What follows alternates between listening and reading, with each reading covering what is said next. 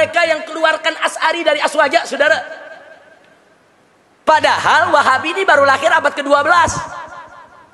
Aswaja udah ada dari awal, saudara, dari zaman salaf.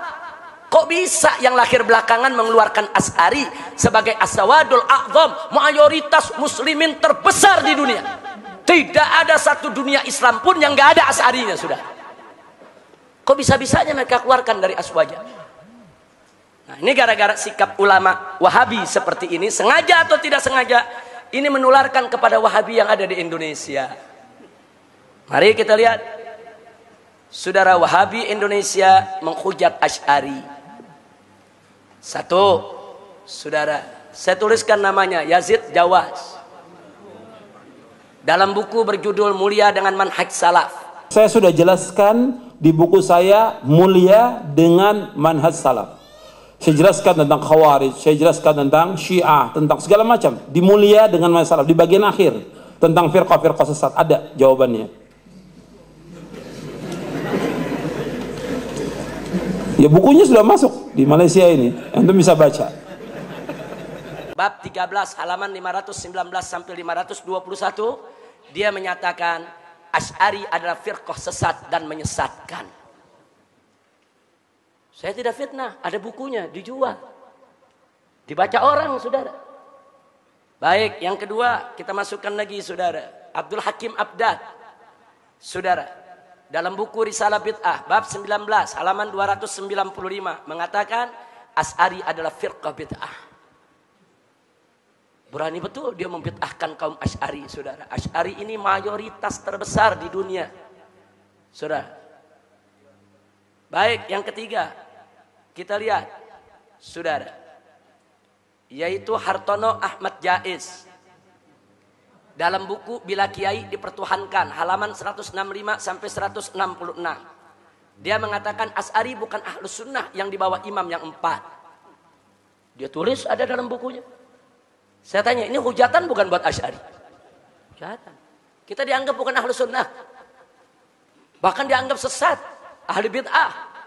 Kemudian yang keempat, Mahrus Ali, ngaku mantan pengurus NU, saudara.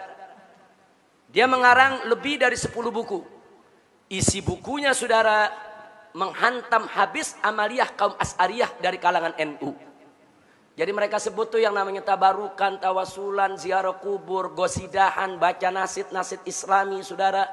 Itu semuanya penyakit TBC. T-nya takhayul, saudara, B-nya bid'ah, C-nya khurafat. Dia kasih istilah. Jadi Asy'ari ini di Indonesia ini sudah mengidap penyakit TBC. Nah, penyakit TBC itu penyakit takhayul, penyakit bid'ah, dan penyakit khurafat. Ada dalam bukunya. Saya beli bukunya, saudara. Ada 11 buku yang saya beli, karangan dia. Saya baca semua. Cuman jangan saya baca nanti saya dituduh Wahabi, ya. Baca aja kan boleh untuk mempelajari. Baik, kita punya. Ini bukunya semua, ini yang kita tuliskan di sini kita punya. Saya nggak berani tuliskan di sini kalau saya nggak punya, saudara. Nanti begitu dituntut, mana bukunya? Saya nggak punya. Ini bukunya semua ada di perpustakaan kita di MS, saudara, Megamendung. Sebagian ada di sini. Baik, yang kelima, Firanda Andirja. Yang keenam, Khalid. Yang ketujuh, Bawazir. Yang kedelapan, Riyad Bajri. Ini semua bisa kita dapatkan dalam YouTube. Anda nggak perlu repot-repot beli. Buka YouTube ketemu. Tulis saja namanya ketemu, saudara. Nah, sekarang apa yang dilakukan Firanda Andirja? Menghantam habis tokoh Asy'ari yang sangat dihormati di Indonesia.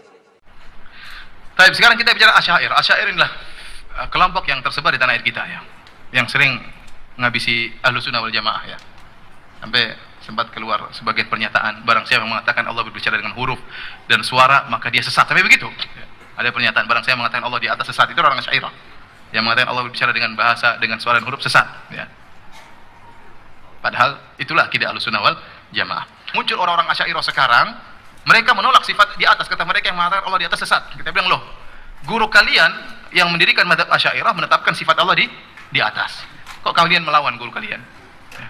Karena kalau kita bilang Abu Bakar bilang gini, Umar bilang gini, mereka kayaknya kurang, Nabi bilang gini, kayaknya mereka kurang percaya. Kita bilang lah, Abul Hasan Al-Asy'ari bilang dalam bukunya Allah berada di atas, bahkan ijma sahabat Allah berada di atas. Nah, bagaimana? Nah, akhirnya mereka ternyata ikut Asy'ariyah yang belakangan. Lah, berarti yang belakangan menyelisih gurunya dong.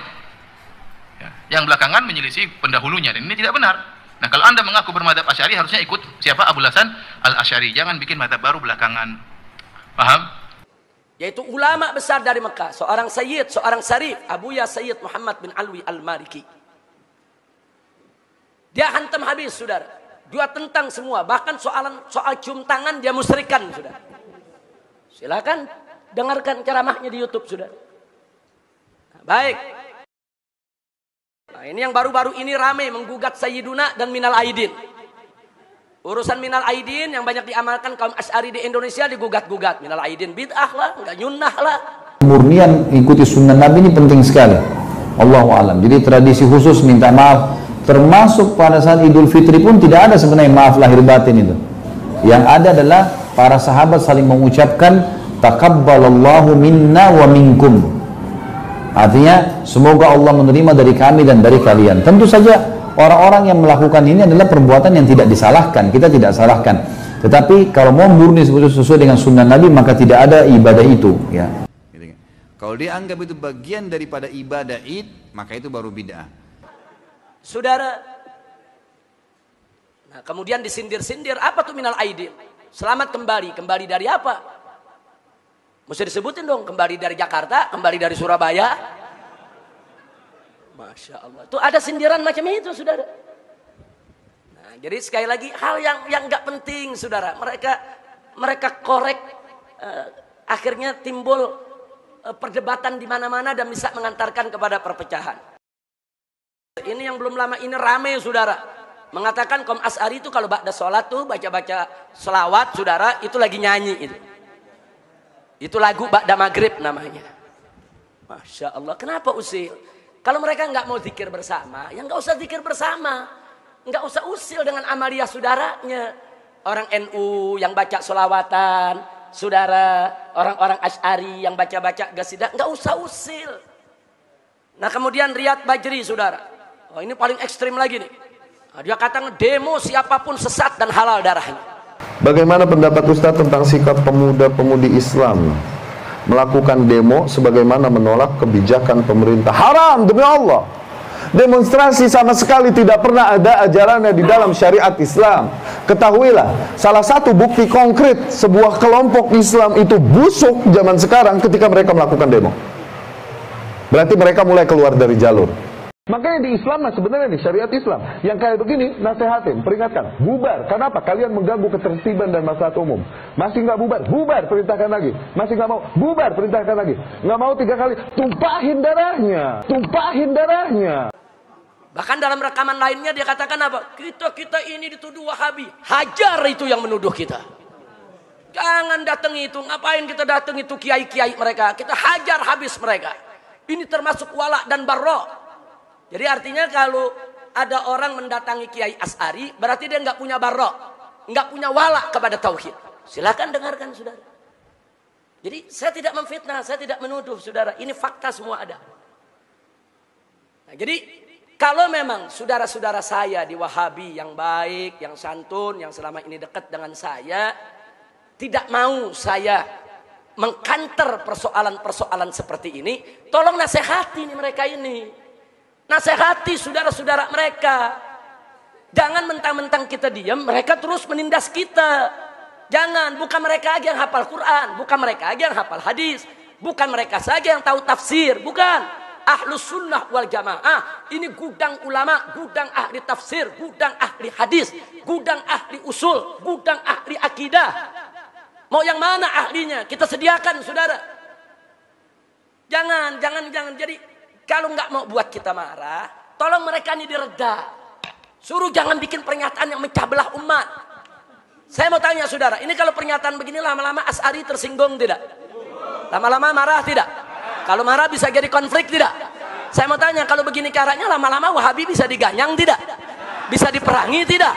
Itu yang kita tidak mau terjadi, saudara. Biarkan perpecahan yang terjadi di Syria, yang terjadi di Irak, yang terjadi di Libya, yang terjadi di Yaman, tidak boleh terjadi di Indonesia. Harus kita jaga Indonesia ini harus aman, tenang, damai.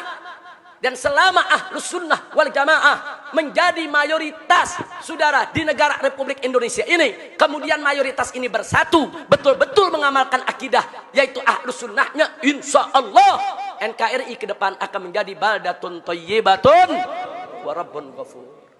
Nah, ini yang saya mau sampaikan, saudara. Jadi bukan memfitnah, tapi ini ada faktanya. Capek kalau saya harus kupas satu-satu, dia ngomong begini, jawabnya begini, capek, saudara.